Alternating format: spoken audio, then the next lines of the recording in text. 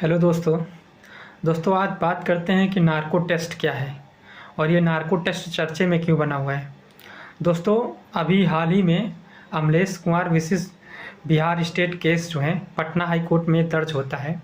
उस high court ने उस व्यक्ति की बिगैर इच्छा के नार्को टेस्ट कराने के लिए आदेश दे दिया। तो सुप्रीम कोर्ट ने उस आदेश को खारिज कर दिया, उस केस को खारिज कर दिया, क्योंकि सुप्रीम कोर्ट ने कहा कि किसी भी व्यक्ति को बगैर उसके सहमति के नार्को टेस्ट नहीं किया जा सकता। अब ये नार्को टेस्ट होता क्या है? तो नार्को टेस्ट ये होता है कि जब आपको एक इंजेक्शन के माध्यम से सोडियम पेंटोथॉल दे दिया जाता है।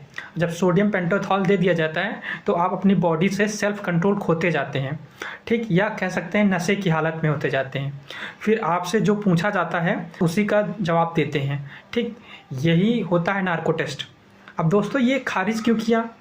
सुप्रीम कोर्ट ने खारिज इसलिए किया Bihar case Patna high court के केस को, क्योंकि सुप्रीम कोर्ट ने कहा सेल्वी विसिस कर्नाटक केस 2010 उसमें कहा गया था कि किसी भी व्यक्ति को बगैर उसकी इच्छा के आप नार्को टेस्ट नहीं करा सकते।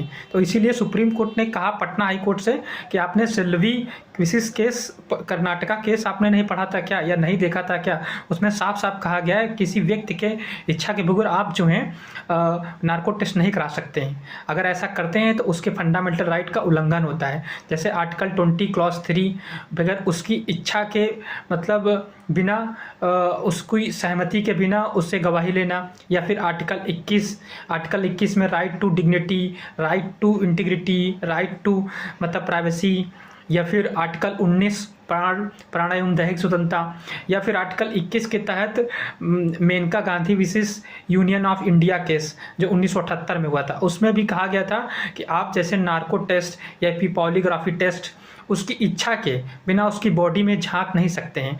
तो यही केस है। इन केसों का कहते हुए सुप्रीम कोर्ट ने पटना हाई कोर्ट के केस को खारिज कर दिया।